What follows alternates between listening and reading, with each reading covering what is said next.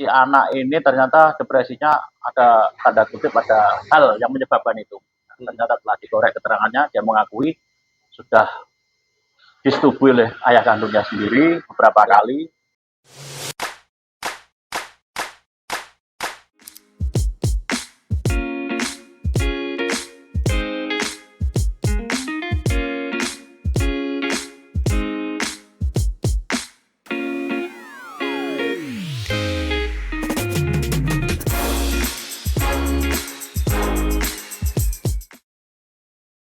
Halo pemirsa, kita kembali lagi dalam podcast Dialog Masa edukatif dan informatif.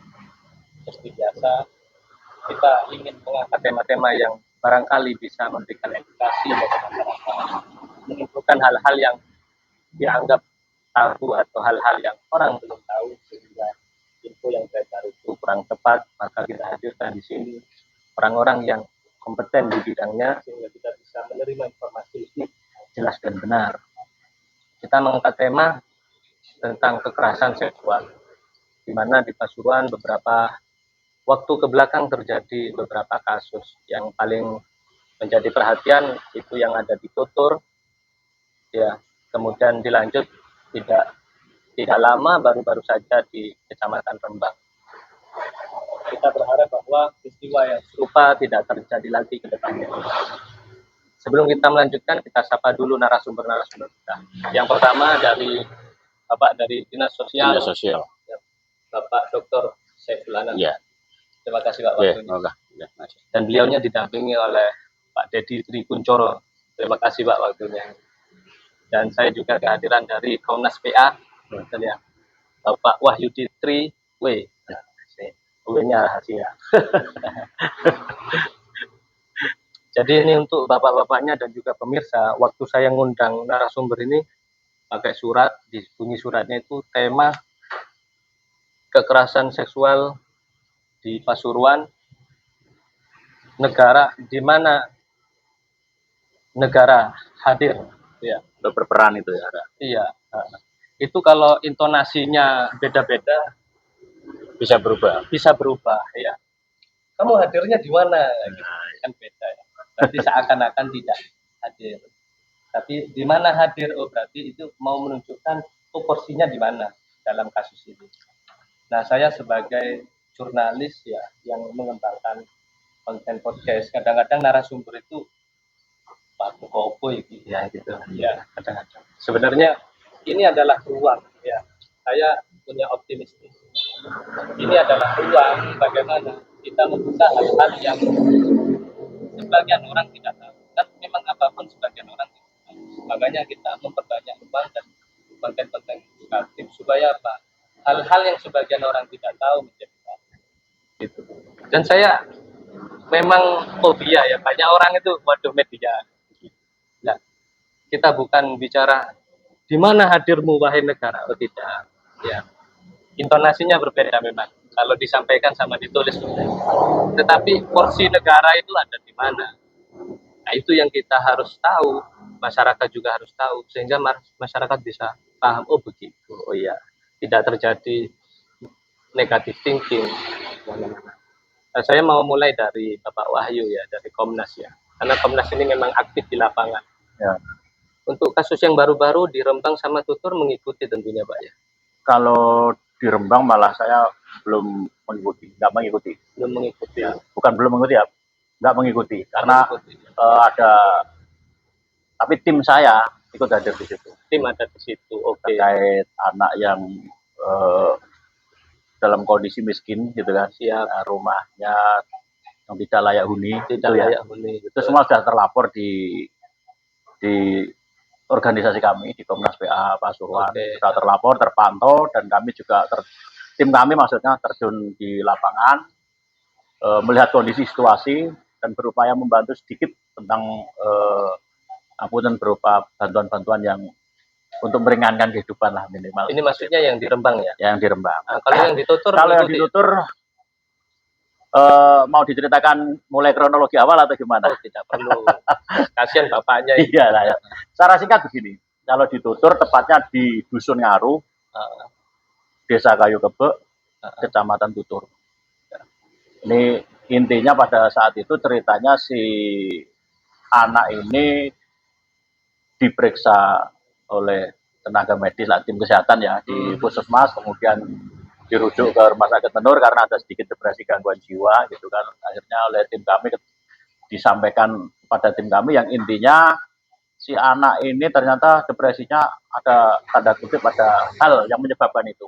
Ternyata telah dikorek keterangannya, dia mengakui sudah disetujui oleh ayah kandungnya sendiri beberapa kali. Bahkan pengakuan si anak kepada pendamping kami itu mulai sekitar kelas 5 SD. Itu pengakuan si anak. Kepada temannya juga seperti itu sampai dia menginjak usia SMP kelas 2 kalau nggak salah sekarang. Usia 16 gitu kan. Nah, setelah ketahuan itu dia menyebutkan nama-namanya ini yang pernah ya. Akhirnya dikumpulkan oleh pihak desa sama dusun, akhirnya si terduga pelaku ini mengakui semuanya. Disitulah akhirnya pihak desa melaporkan ke Polres. Akhirnya sama Polres belum bisa direspon karena ibunya masih terbimbang karena harus melaporkan suami. Bahkan salah satu terduga pelaku juga ayahnya ibu atau kakeknya si anak. Dan terus banyak yang harus dilaporkan. Itu ibunya terganggu sekali juga, bingung. Akhirnya kami melakukan advokasi bersama teman-teman di lapangan dan akhirnya ya itu tadi ada peristiwa masa, nyamuk masa lah di wilayah Ngaru itu. Nyamuk masa itu menyebabkan pihak kepolisian hadir di situ dan mengamankan menangkap terduga pelaku biar tidak terjadi amuk masa. Hingga akhirnya berproses. Nah, berproses dalam penyelidikan sudah dimulai hingga saat ini masih proses penanganan. Begini Pak ya, apakah selama Bapak memberikan pendampingan ya atau dalam aktivitas ke Komnas PA di lapangan ya, unsur-unsur kemiskinan itu apakah betul ya menjadi salah satu faktor yang barangkali polanya berulang seperti itu? Apakah betul begitu? Betul. Yang kami tangkap contohnya misalkan ya, ada iming-iming dikasih uang, salah satunya. Ya, termasuk yang di Rembang katanya juga ada kayak gitu. Tapi kan saya juga bermodal katanya, gitu karena bukan omongan resmi misalkan dari kepolisian. Tapi Bapak secara langsung di lapangan memang menjumpai unsur ekonomi dalam kasus itu apa tidak? Betul. Bagaimana ceritanya? Jadi, mohon maaf mungkin di sini ada teman Mas Dedi ini ya dulu jabatannya di Peksos Anak dari kementerian. Gitu Pak ya? Itu paham betul juga bahwa kita menangani kasus rata-rata berdasarkan asesmen dan apa namanya Mas yang menghasilkan laporan sosial. Itu rata-rata korban memang kondisinya memang rata-rata kalau bisa dibilang 90% mungkin Mas Dedi ya. Kalau mungkin loh ini mungkin ya. Itu memang kondisi anak dalam keadaan kemiskinan. Pertama gini, latar belakang mengapa bisa terjadi hal seperti itu? Satu, anak ketika kebutuhan di rumah tidak tercukupi, dia akan mengikuti teman-temannya yang kebutuhannya tercukupi. Misalkan saya menggambarkan ada kasus di salah satu desa gitu ya, di Kecamatan Purwodadi misalkan ini yang kita tangani. Itu juga gitu, dia orang nggak mampu, bener-bener nggak mampu yang mulai dari kecil nggak dirawat bapak ibunya, tapi ikut neneknya yang sehari-hari buruh nyuci. Jadi dia mengikuti temannya, kemudian temannya mengajak jalan-jalan, kumpul sama teman-temannya. Nah, di situ sampai nginep di rumah temannya ada laki-laki perempuan, akhirnya dia disetujui sampai akhirnya hamil 3 kali persetubuhan sampai dicari-cari sama orang tuanya. Ada lagi, tapi memang tidak kesemuanya. Ini rata-rata seperti itu. Ada lagi kasus anak di yang kemarin mungkin ya walehnya agak baru juga dilakukan diperkosa dengan anak yang usianya hampir sebaya, kan sesama anak namanya, anak yang hampir sebaya, anak usia 14 atau 15 tahun diperkosa oleh sekitar 14 pelaku, yang 13 ini usia anak, yang satu dewasa. Kronologinya sama, diajak jalan-jalan, diajak pertemuan, kamu diajak ngopi, nah, akhirnya sama pacarnya naik sepeda motor karena di rumah memang dia kondisi orang tuanya bercerai, pisah bapaknya. Jadi ibunya sendiri nggak jarang rambut, anak ini keluar kemana ya dibiarin. Dan anak ini karena apa, di rumah mau ngapain, uang saku mungkin juga nggak tercukupi gitu kan. Ibunya juga seorang waktu itu katanya buruh serabutan, akhirnya berteman dengan teman-teman seperti itu yang notabene mungkin ya, teman-teman yang lain kan uang dari mana diajaklah jalan-jalan. Nah, akhirnya disetubui, nanti diketelularkan sama teman-temannya. Bahkan kanan katanya ini temennya kalau mau menyetubuinya nanti harus ngasih uang ke pacarnya ini. Awalnya dari pacar. Dulu lagi pernah kita malah menangani kasus anak diperkosa 7 pelaku ya, itu sekitar tahun berapa, tahun 2018. 7 pelaku ini dilotre sama kepala desanya. Setelah dilotre ditemukan ini pelakunya 1 misalkan. Kenapa kok bisa melakukan, jadi posisi benar-benar sangat miskin. Kamar itu ada kandang sapinya. Nah, contohnya seperti itulah. Mungkin faktor yang kami dapatkan, mungkin Mas Dedi atau beliaunya bisa menjelaskan yang bisa mengasesmen karena itu yang bisa mengetahui seperti itu lebih dalam adalah dari dinas sosial mungkin ya. Kalau saya memang kebetulan yang kami tangani memang rata-rata anak yang rentan dengan kemiskinan atau rentan dengan relasi kuasa. Relasi kuasa contohnya misalkan guru dengan murid atau ustadz dengan santri. Nah, atau mungkin orang yang berpangkat dengan seseorang yang memang anaknya orang yang bawahannya gitu. Maaf Pak Wahyudi ya. Jadi dari kasus-kasus yang diceritakan itu di Pasuruan apa? Di Pasuruan. Semuanya di Pasuruan. Semuanya di Pasuruan. Pekerjaannya di situ ya. Datanya lengkap ya. Kalau data yang paling lengkap malah mungkin dinas sosial atau DP3AKB atau PT-PPA itu yang paling lengkap datanya. Oke, saya ke Pak Dinsos ini, Pak Saiful. Pak. Ya. Pak Saiful, jadi ada catatan bahwa unsur ekonomi itu menjadi salah satu sebab ya, atau menjadi salah satu faktor. Kita tidak menyebutnya satu-satunya tentu. Gitu. Nah, kita ini tidak mau memakai jari telunjuk, tapi setidaknya kita ingin peristiwa yang miris ini tidak kemudian terulang lagi, apalagi banyak. Faktanya ternyata banyak. Jadi kita ingin tidak terulang lagi. Nah, kira-kira Bapak melihat evaluasi yang seharusnya bisa dilakukan apa ketika unsur ekonomi menjadi faktor. Oke, terima kasih ya. Izin saya menyampaikan, kita mau bahas tentang kompetensi yang ada di dinas sosial, terutama di rehabilitasi sosial. Jadi kalau kita mencatat secara kumulatif kasus yang seperti ini ya, kasus kekerasan atau pelecehan ya pada korban yang anak ini, kalau di Pasuruan tahun 2024 sudah total yang kita dampingi 16 anak. Sampai saat ini sudah lebih dari tahun lalu. Jadi belum Desember ya, belum dari tahun lalu. Bukan, lebih banyak. Lebih banyak tahun lalu sudah kita mendampingi kasus seperti ini sudah 20. Ini sangat miris sekali ya, sangat miris sekali. Jadi kalau di dinas sosial ya, kita perlu ada pemahaman yang sama bahwa memang kalau melihat situasi ya, rata-rata saya setuju dengan rentan kemiskinan itu yang bisa akan membuat suasana itu bisa menjadi pola tentang kekerasan pada anak. Tetapi ya, kalau di dinas sosial apa yang kita lakukan itu yang pertama, setelah proses ini ada pelaporannya, ada pelaporan kasus dan sebagainya. Kemudian yang dilakukan prosedurnya biasanya Polres itu menghubungi katakanlah DP3A, P2KB ya, terutama untuk perlindungan anak ya. Kemudian untuk dibuatkan visum biasanya dari unit PPA. Kemudian dari unit PPA ini memberikan pendampingan hukum ya, hukum, dan juga katakanlah kalau ada perlu pendampingan psikologis juga didampingi oleh PPA. Terus dari Dinsos bagaimana ya, apa yang dilakukan? Jadi Polres akan menyurati Dinsos untuk melakukan pendampingan secara pembuatan laporan sosial. Yang itu yang kita lakukan.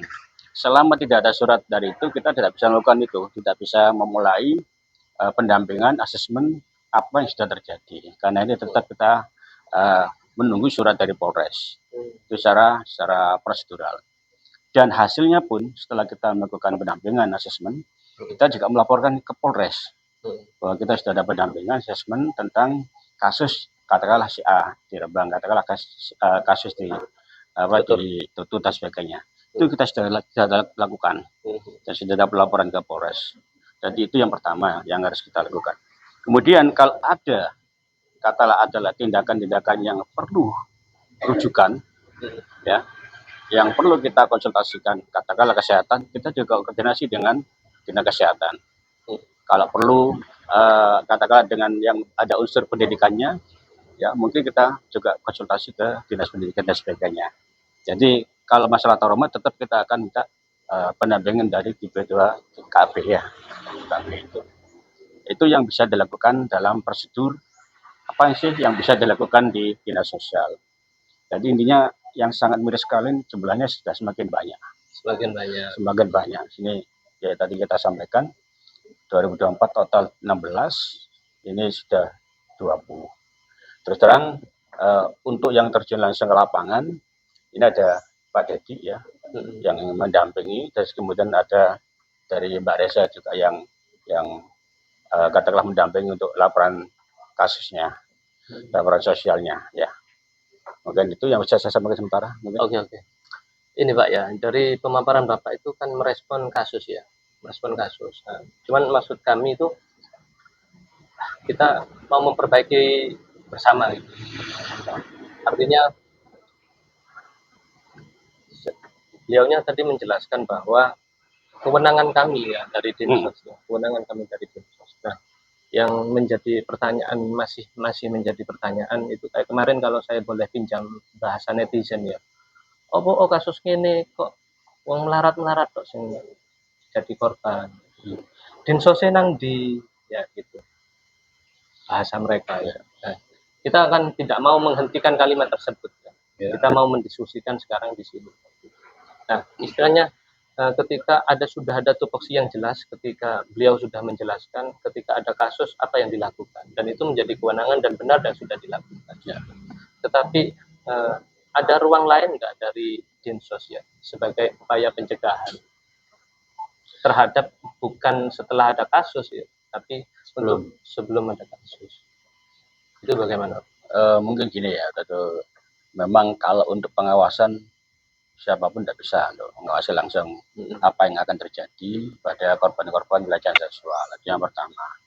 Terus yang kedua, di Dinsos itu kita punya tim yang ranahnya bisa ke kecamatan sama desa, ada DKSK, TPKH dan sebagainya. Biasanya pelaporan-pelaporannya masih di Dinsos ya, sebelum mencuat ataupun mungkin kedahuluan mencuat yang di YouTube dan sebagainya, di TikTok dan sebagainya. Itu tim kami sudah turun biasanya. Jadi tidak hanya langsung dari dinas sosialnya, tetapi dari tim-tim kita yang ada di kecamatan, yang DKSK. Dan memang kalau suruh secara pengawasan memang sulit ya, agak sulit. Karena kita tidak bisa mengawasi apa yang akan terjadi pada katakanlah seseorang anak ya, kita tidak bisa mengawasi. Pasti akan muncul ketika ada sesuatu pelaporan yang harus langsung kita turun. Ya, memang secara penerjemahan itu kita juga sulit menerjemahkan bagaimana pengawasannya.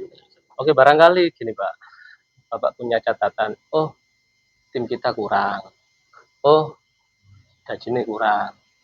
Kan maksudnya kan kita mau memperbaiki nih. Setidaknya kan ada catatan yang barangkali catatan itu nanti akan diperhatikan oleh atasan kita, dalam hal ini mungkin kepala daerah, dalam hal ini mungkin nanti DPR mendiskusikan. Nah, Bapak sebagai penyelenggara yang bertugas istilahnya kan gitu. Nah, punya catatan apa untuk menjadi regulasi yang disampaikan ke atasan?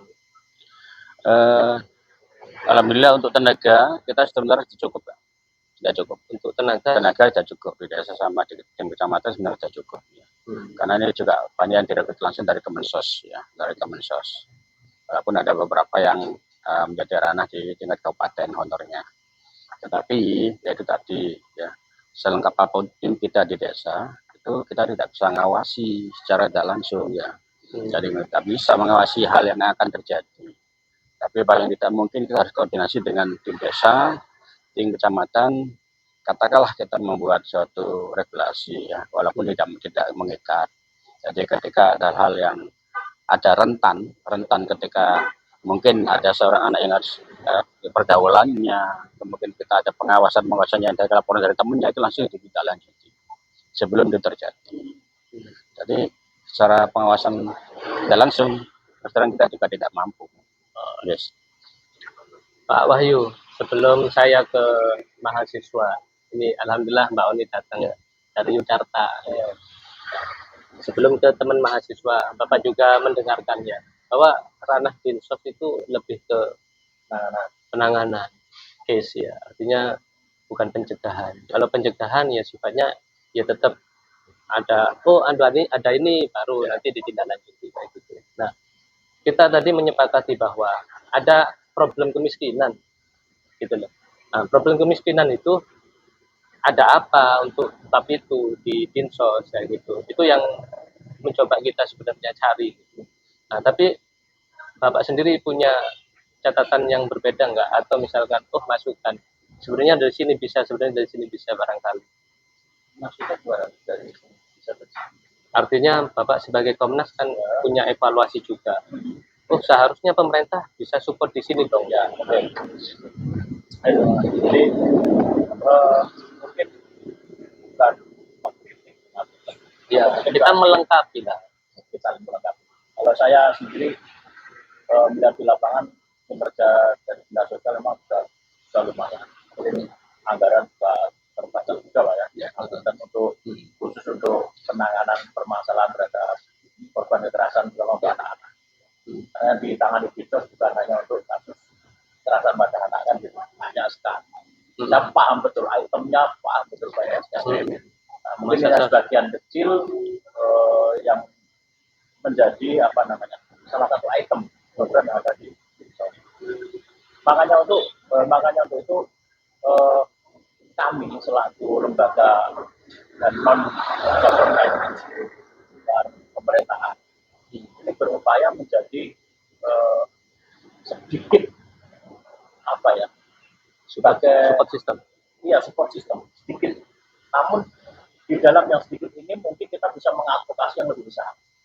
Salah satu contoh kita pernah mengadvokasi adanya visum yang masih berbayar di tingkat kota maupun kabupaten pada tahun 2018.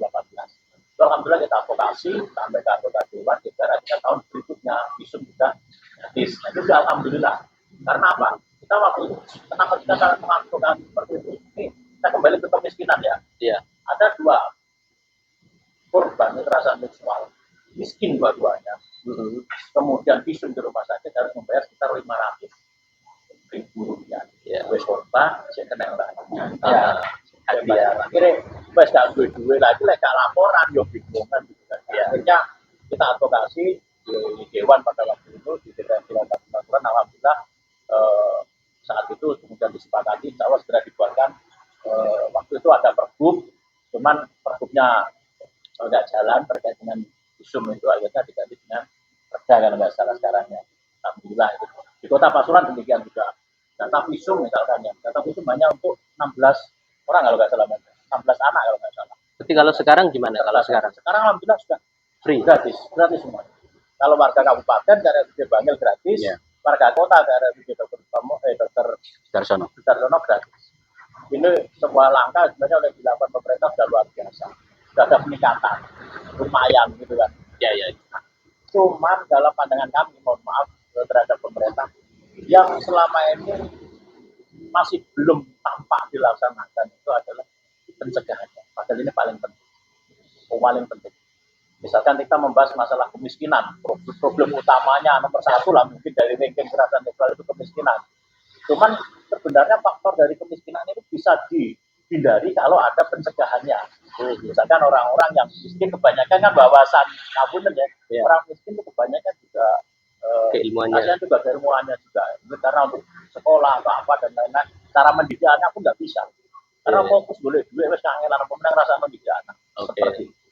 Nah, problem seperti itu bisa kita atasi dengan cara program pencegahan kan. Sering-sering dilakukan sosialisasi, apalagi sekarang di desa itu sudah ada dana desa. Sudah ada dana desa. Kemarin kita sudah melakukan sosialisasi bersama dengan BKKBN misalkan terkait gerakan Ayah Teladan Indonesia. Fungsinya apa?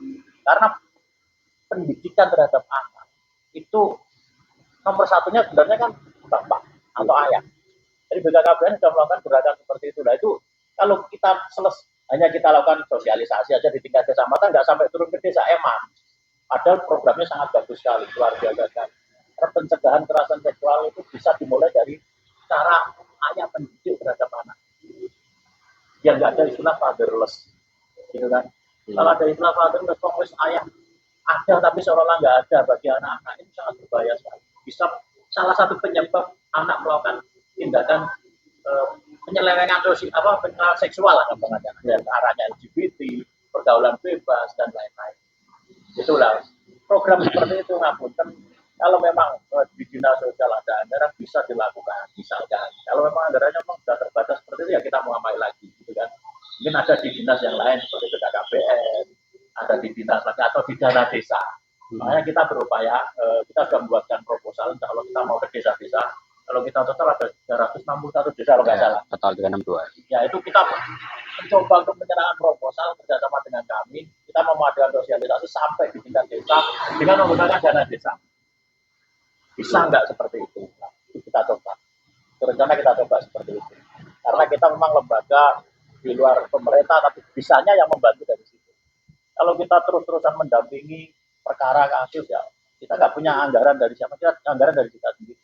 Iya, dari kita sendiri. Nah, itu kita melakukan, jadi nggak bisa melakukan dalam skala besar. Oke.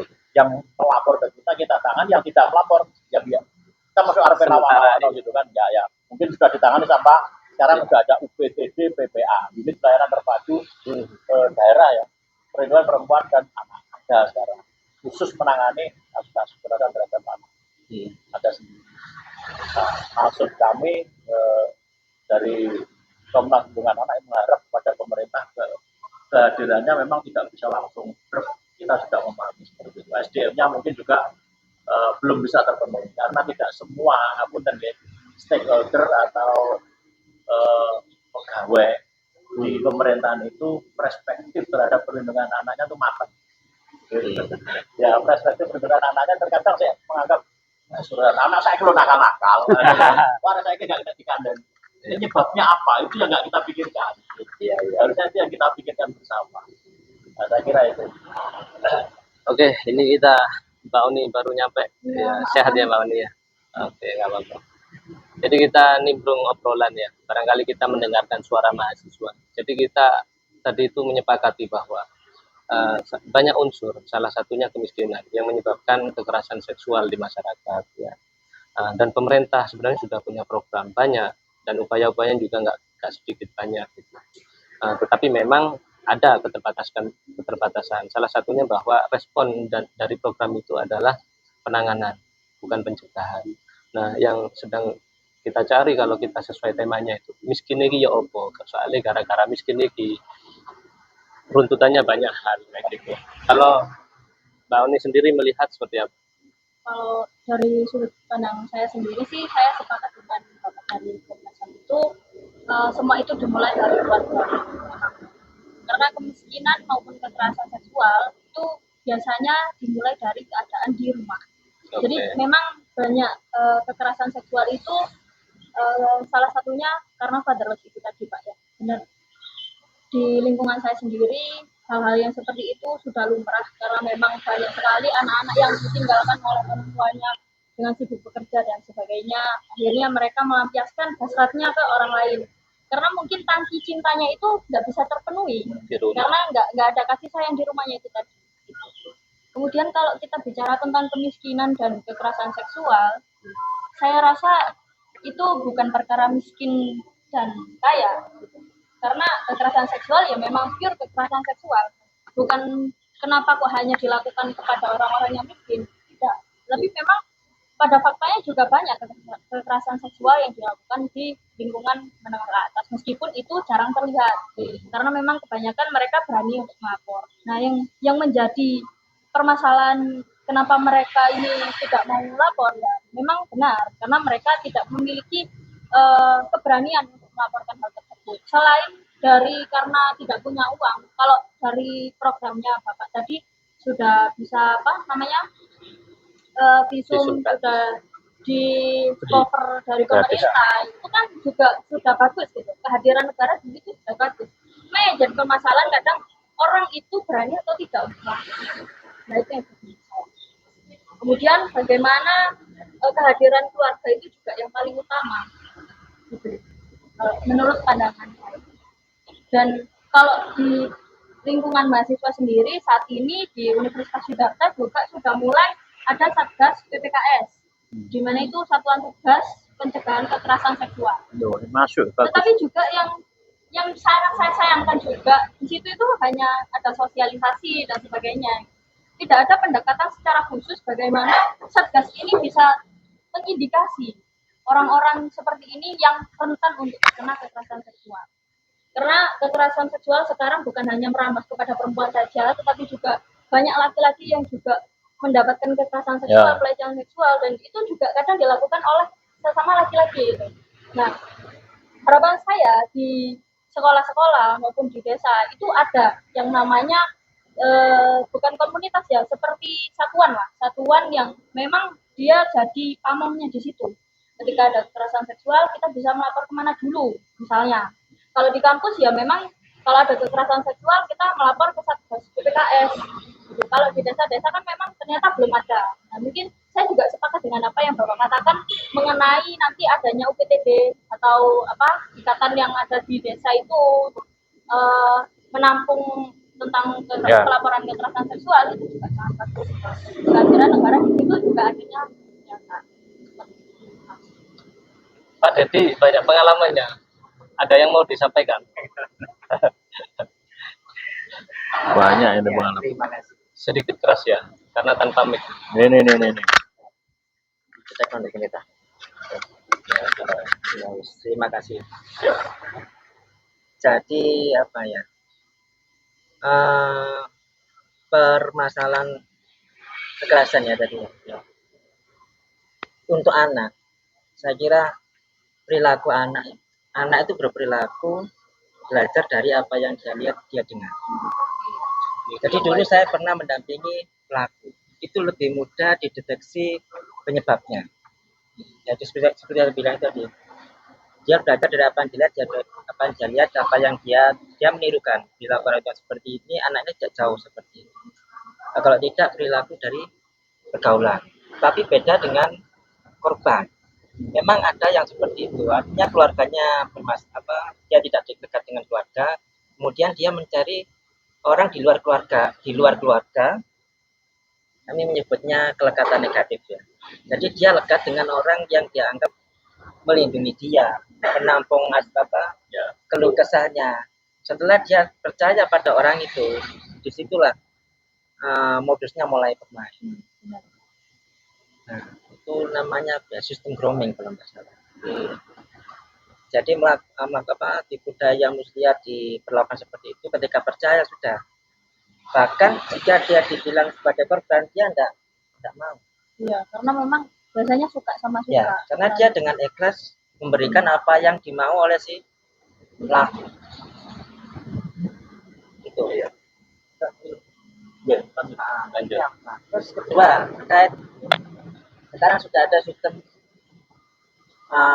PPA, undang-undang yang mengatur tentang pelaku anak. Nah, di situ diutamakan RJ, restoratif justice. Memang itu sebenarnya tujuannya mulia. Jadi ketika anak di penjara, anak itu perilakunya tidak makin baik, malah menjadi-jadi. Mencontoh.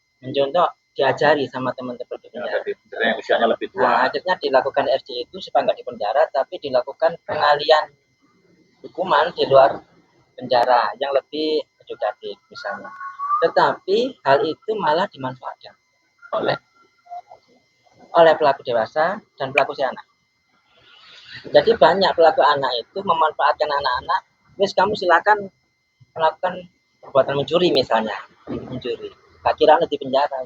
Paling pun nanti ada RJ, penggantian kerugian, selesai. Dikasih coro ya. Ya. Kedua, Diajari. jadi anak-anak yang sudah tahu itu juga memanfaatkan itu.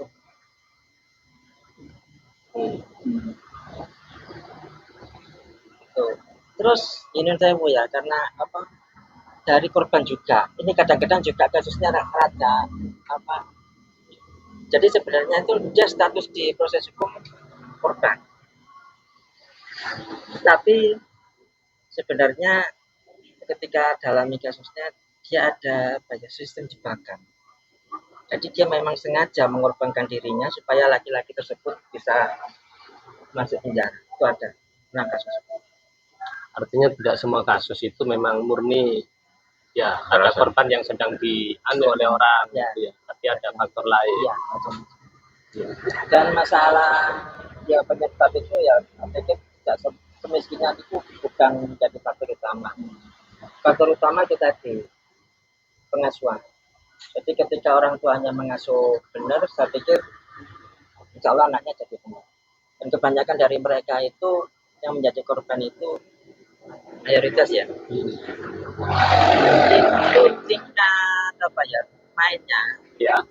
jam malam itu tidak ada batasan. Kalau dulu waktu saya kecil itu saya kira jam 9 sudah tidur. Dimarahin ya, Jam dipanggil-panggil 8 sudah dicari-cari. ya. Sekarang lebih dari itu. Jadi dunia malam itu terus memicu untuk hal-hal negatif itu. Itu bagi saya. Itu mungkin dari itu. Oke. Saya juga sebenarnya tadi antara faktor dengan kebanyakan yang terjadi itu memang beda. Kalau faktor utama masalah kemiskinan jelas tidak. Tapi kalau rata-rata penyebab Ya, kemiskinan. Ya. rata-rata penyebab kasus kekerasan seksual itu rata-rata bukan faktor kemiskinan, orang-orang miskin yang notabene yaitu tadi pengawasan terhadap anak-anaknya kurang, terus anak-anak di rumah itu merasa kebutuhannya juga tidak terpenuhi seperti teman-teman yang lain, akhirnya harus bergabung dengan teman-temannya yang lain. Dan mungkin jenengan semua ketika masa kecil pernah merasakan seperti itu kan, kalau ada teman-teman yang punya mainan baru atau kumpul-kumpul di sana, kita ikut di rumah juga arpe lapo, kau apa-apa, mau diajak diundang makan temannya aja kita juga senang waktu itu lah. Contohnya sekarang seperti itu. Ya saya kira gitu sementara. Ya. Jadi kalau diobrolin ya pemirsa perlu tahu bahwa kemiskinan menjadi faktor, bukan satu-satunya. Ya. Hanya kebetulan kebanyakan Ya. yang jadi korban orang miskin. Tapi bukan berarti kita tidak perlu berpikir tentang program untuk pengentasan kemiskinan ya. Jadi saya di ruang ini, kalau kita lihat di TV-TV ya, itu pro dan kontra. Ini pro kabeh. Jadi tidak ada dialektika yang bermain. Karena Rocky Gerung. Oh, iya. Ya. Dan cenderung memang sepakat pada topiknya, cenderung sepakat pada argumentasinya.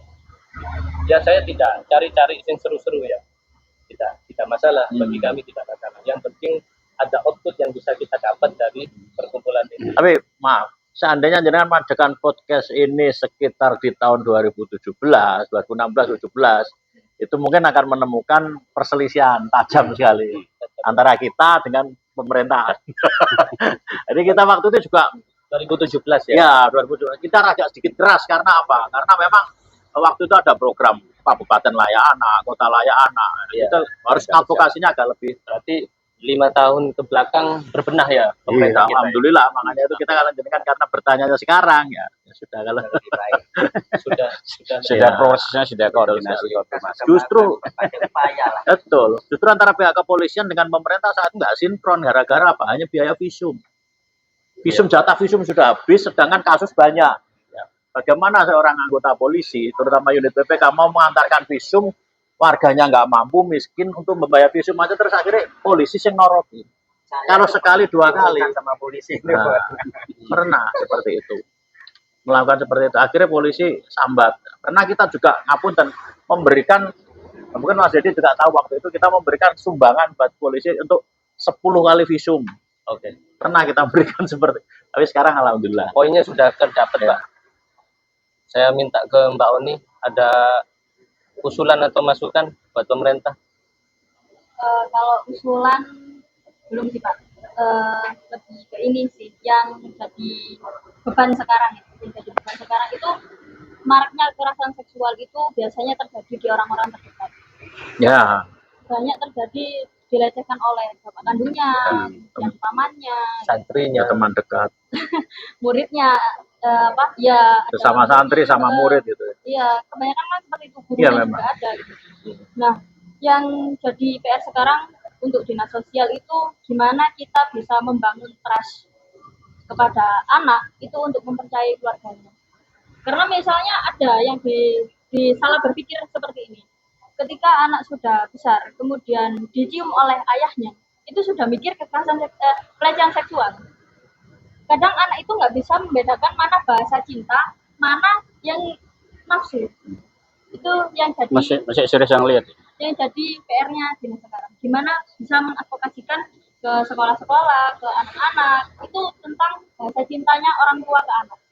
Karena kan kalau udah dewasa itu kan punya batasan-batasan kan, orang tua dengan anak itu nggak boleh apa, misalnya pakai baju, meskipun pakai baju pendek di depan bapak itu harus seperti apa, itu kan harusnya ada gitu. Nah, sekarang itu kadang kebanyakan dibantah oleh perempuan-perempuan yang sok feminis barat. Ya, itu agak berat kita kalau beradab. Nah, iya Pak, bener.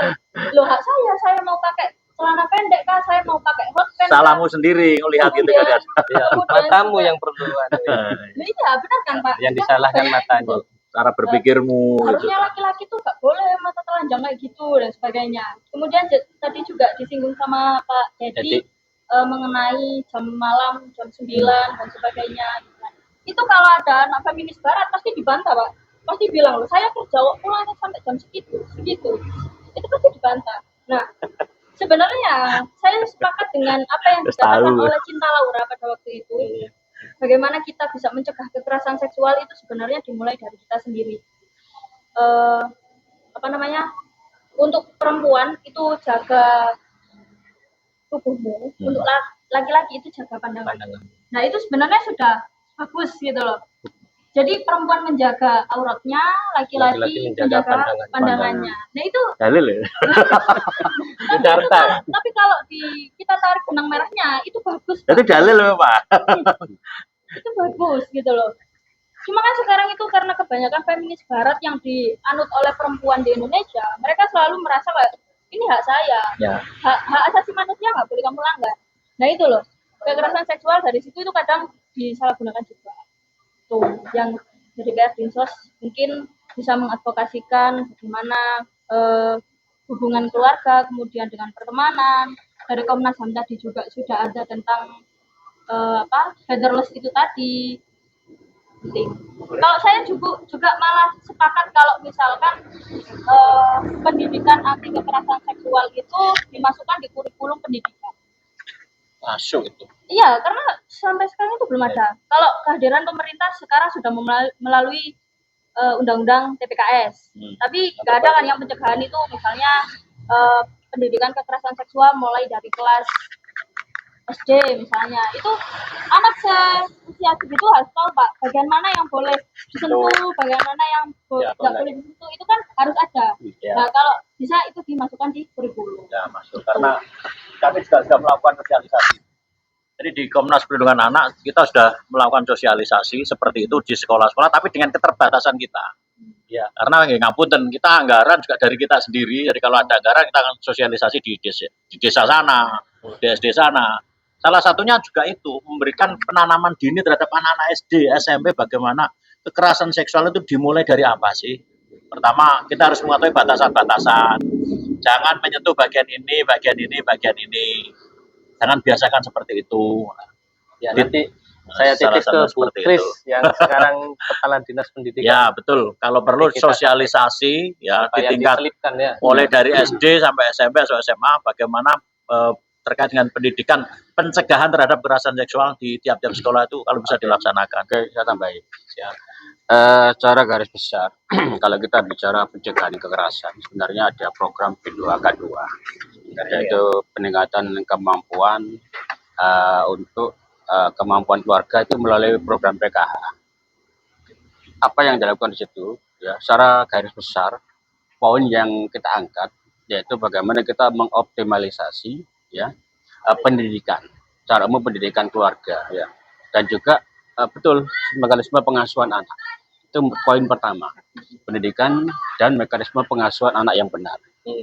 Yang pertama. Yang kedua adalah menyangkut kesehatan keluarga, itu kadang mempengaruhi juga ya, kadang mempengaruhi kesehatan keluarga. Yang ketiga yang kita lakukan, yang optimalisasi yang harus kita lakukan yaitu tentang bagaimana meningkatkan ekonomi keluarga.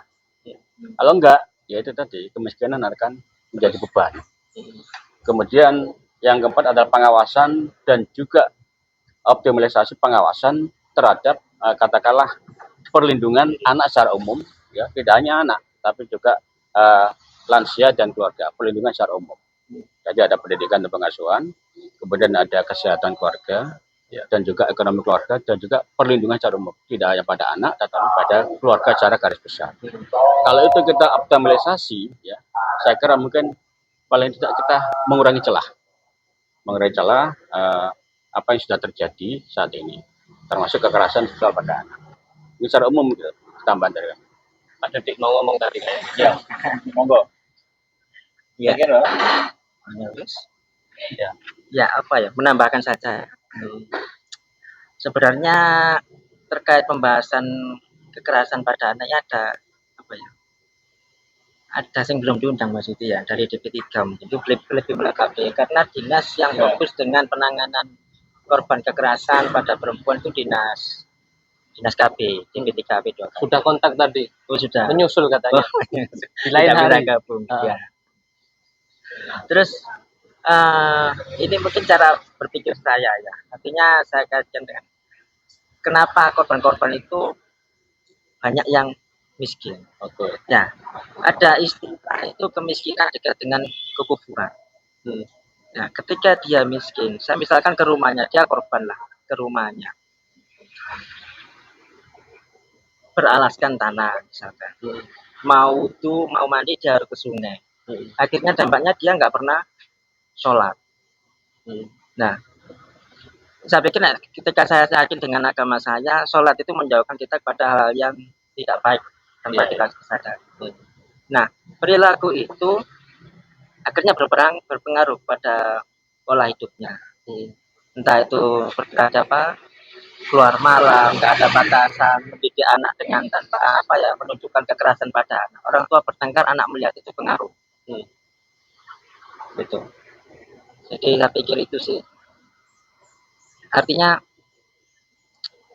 memang kemiskinan bukan faktor utama, tetapi memang banyak dari korban-korban itu yang berasal dari keluarga miskin. Oke. Ya. Pak mau menambahi Pak? Ya cukup sama dengan Bapak cukup. Oke. Poinnya kita sudah tahu, nanti kita sampaikan mudah-mudahan bermanfaat. Terakhir karena semuanya pakai dalil-dalilan. Ya, saya tutup dengan ayat Al-Qur'an, "Qu anfusakum wa ahlikum naro." Jaga dirimu dan keluargamu dari api neraka. Wassalamualaikum warahmatullahi wabarakatuh.